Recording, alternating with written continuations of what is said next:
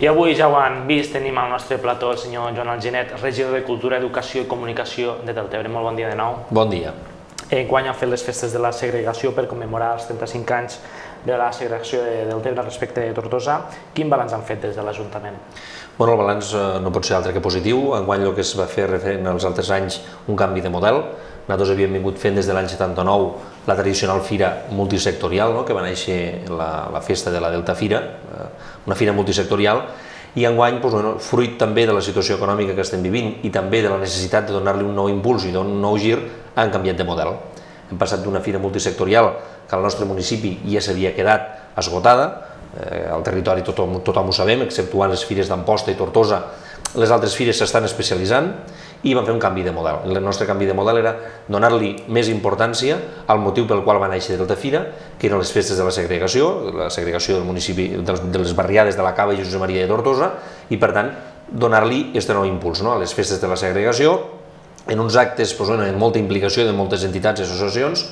Val a dir que la partida de Delta Fira es va reduir respecte a l'any anterior més de la meitat del pressupost, per tant, amb pocs recursos hem hagut de fer una àmplia programació que ha quedat, des del meu punt de vista, des del punt de vista del govern, prou completa, i fem un balanç positiu perquè la gent ha participat, que era el que interessava. Els va costar molt prendre aquesta decisió de canviar de model? No, perquè era un dels compromisos que tant el PSC com Esquerra Republicana portàvem als nostres respectius programes electorals i va ser un dels compromisos també a l'hora de signar l'acord de govern entre les dues forces polítiques. La necessitat de repensar el futur de Delta Fira. Este és el primer pas, passar a festes de la segregació, però penso que el futur, no immediat, però sí a curt termini, ha de ser especialitzar-nos en una fira o en una festa sectorial per a, sobretot, donar a conèixer fora del nostre territori. Ebre Gourmet també l'hem hagut de deixar aparcada per la situació econòmica, però sí especialitzar-nos en alguna cosa que doni identitat al nostre territori, al nostre poble.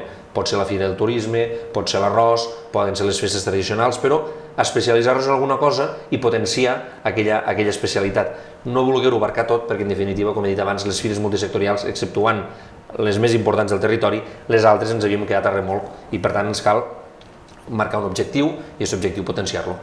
Un dels actes més lluïts d'aquestes festes de la segregació ha estat la inauguració del nou centre de tecnificació de la Piragua.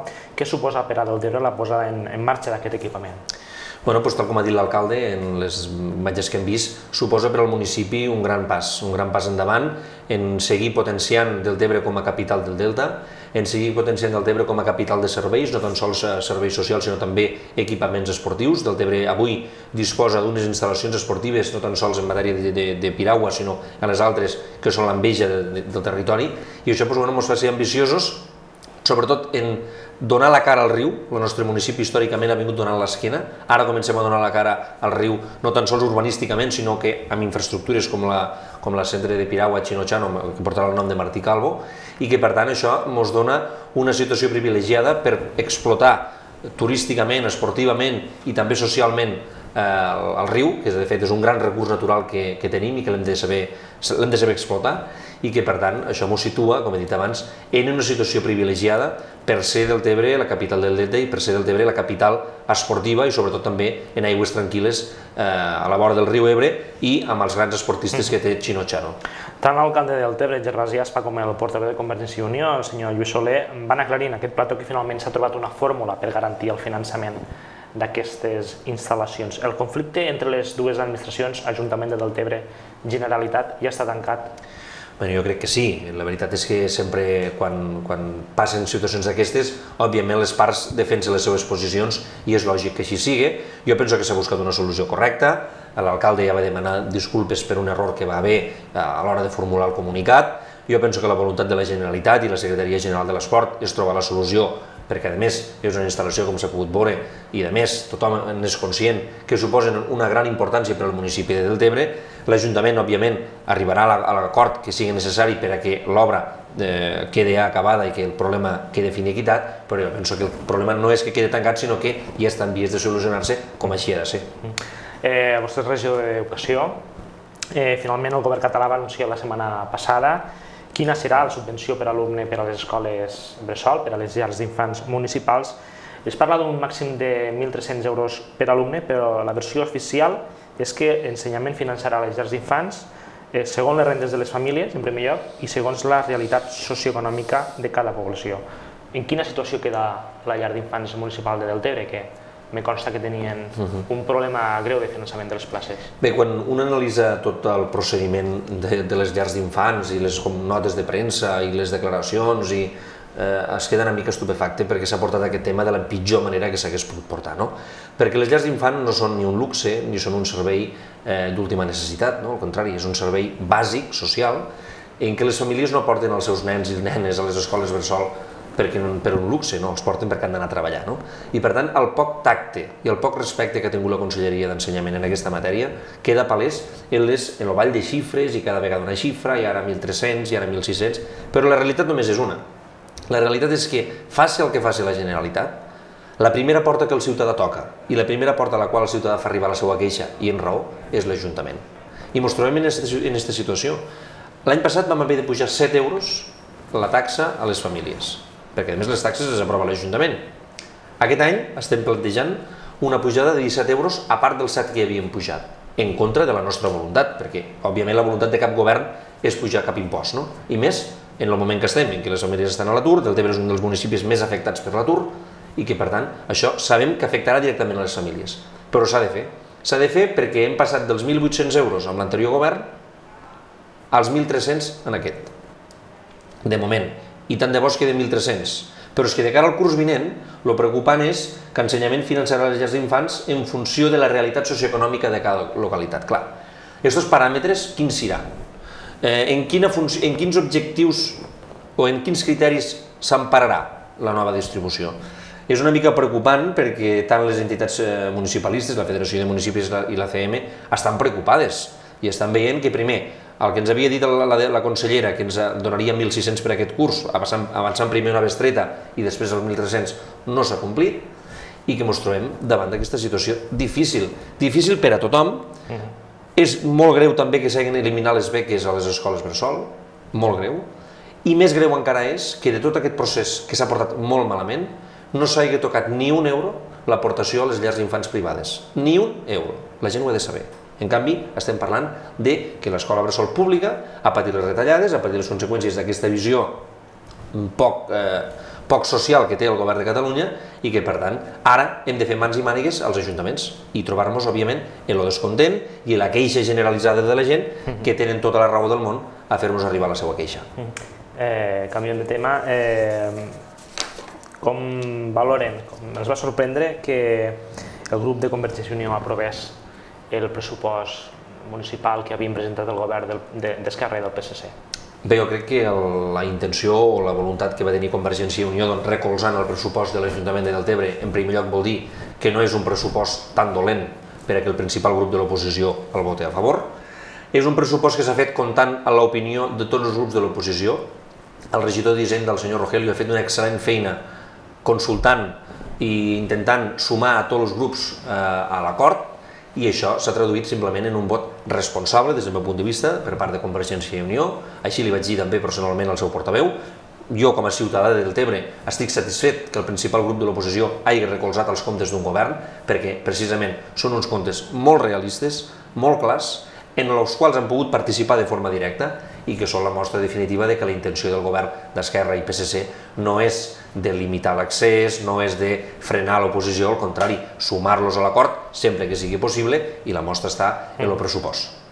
Tot i la crisi, Deltebre continua fent una aposta important per la cultura, vostè és regidor de Cultura. Tenim molt a prop una nova edició del Festival Bouesia. Què suposa aquest esdeveniment per a la població i quins altres esdeveniments culturals han programat per aquest estiu? Bueno, la Bouesia aquest any estarà la 8a edició. La veritat és que és un festival important, molt important i de gran ressò mediàtic per al territori. Aquest any el gran canvi ha estat que ha sortit de Deltebre i s'ha escampat pels territoris, sobretot per Xerta, Tivenys, algunes poblacions, Tortosa, i per tant, òbviament, seguirem recolzant i impulsant, perquè la nostra intenció no és aglutinar ni assumir tot el protagonisme, sinó que la cultura i que aquest fenomen, la poesia, sigui un fenomen que es pugui compartir en altres pobles del territori. Aquest any, precisament, el centenari del canal de l'Esquerra, i que per tant col·laborarem en tot el que poguéssim. La nostra oferta cultural és una oferta cultural ambiciosa, tot i que el pressupost de cultura ens ha baixat, com és natural, però la nostra ambició continua sent, amb pocs recursos, fer tot el que poguéssim i més. Estem donant un recolzament a tot el teixit associatiu, hem aplicat i hem creat el Consell Municipal de Cultura, un òrgan de participació ciutadana, i el nostre referent continuarà sent Deltebre Dansa, el mes de juliol, i seguint els actes que anirem programant i desenvolupant. Volem fer també un acte en els quals pugui participar els immigrants o la població immigrada de Deltebre per a tal de traslladar-nos les seves tradicions i cultures dels seus països diferents. Això ho tenim ja programat i previst, i seguir en aquesta línia que crec que portem, que és bona, que és amb pocs recursos continuar tenint una importància cultural i sobretot ressaltant el nostre projecte cultural, que és molt important. Molt bé, i tant. Veurem tot seguit què diuen els diaris aquest dimecres, el convidem per tant a fer-ho en nosaltres, a repassar les portades en nosaltres. Comencem, com sempre, pel més proper, per l'edició ebrenca del Diari Ebre, del Diari de Tarragona, que titula en la seva portada que la gran protesta educativa es queda en vaga parcial. A Tarragona, més de 3.500 persones clamen contra les retallades al sector. La jornada reivindicativa va aglutinar des del parvulari fins a la universitat. Ensenyament xifra el seguiment a la província en el 19% i els sindicats en el 50%. Imatge de portada del diari per a la concentració contra les retallades que es va fer ahir a la tarda a la plaça Barcelona, a la plaça del Mercat de Tortosa. Seguiment desigual d'aquesta vaga, tot i que crec que el sentiment en contra de les retallades en educació, en sanitat, és unànime, no? La veritat és que sí, quan passa una vaga o una gran manifestació, el ball de xifres ja estem acostumats. Els sindicats, òbviament, sempre tendeixen a donar importància que ha tingut, des del meu punt de vista també important, a Deltebre, que és el que li puc parlar. El seguiment de la vaga va ser important, va ser significatiu, i aquí està traduint-se el descontentament social en contra de les retallades, que no és en contra de cap govern ni de cap política determinada, sinó és en contra d'una determinada política que va en contra de l'educació, que anar en contra de l'educació vol dir anar en contra del producte interior brut del demà, i que estem condemnant a les noves generacions, en aquest sentit, si seguim així, els estem condemnant al fracàs. Veiem més temes de la portada del diari. L'expansió de la mosca negra, controlada amb l'avanç dels tractaments. Els pagesos de la Ribera d'Ebre creuen que la plaga encara és ben present. Arias Cañete diu que el cabal ecològic és suficient per al Delta. Va ser ahir al Senat, a preguntes dels senadors tortosins Ferran Bel, de Convergència i Unió, i Joan Sabater, de l'Entesa. Va dir el ministre d'Agricultura que el cabal ecològic que ens posa la Confederació Hidrogràfica és suficient i solidari. Què ens hem d'esperar d'aquestes declaracions? El senyor Cañete no ens estranya res del que digui aquest senyor. La seva visió hidràulica i la seva visió ecològica i la seva visió del territori és la que és, tothom la sabem, i jo penso que el que està fent tant la plataforma en defensa de l'Ebre com estan fent els partits polítics del territori, en diferència de fa 8 anys, ara amb el suport tal com ha de ser del Govern de Catalunya i de Convergència i Unió, penso que ho tenim molt clar que hem de fer, sortir al carrer, demostrar una vegada més el nostre rebuig en aquesta proposta de cabal ecològic, que malgrat el que digui l'Arias Cañete, la gent que xafem de peus a terra i que estem a la vora del riu sabem que és totalment insuficient i que per tant estem ja preparats per a la mobilització. Molt bé. Altres temes, pel que fa a l'incendi de la Serra de Cardó, de Rasquera, Esquerra demanarà que el govern comparegui per analitzar el foc de Cardós, secret de sumari en la investigació per l'origen de l'incendi. Un altre tema destacat a la portada del diari, la Lira Ampostina posa en escena el musical El fantasma de l'òpera per recaptar fons per a l'Escola de Música de l'entitat vol garantir el futur de l'Escola de Música de la Lira Ampostina. Sens dubte, una de les més importants del nostre territori. Veiem La Vanguardia.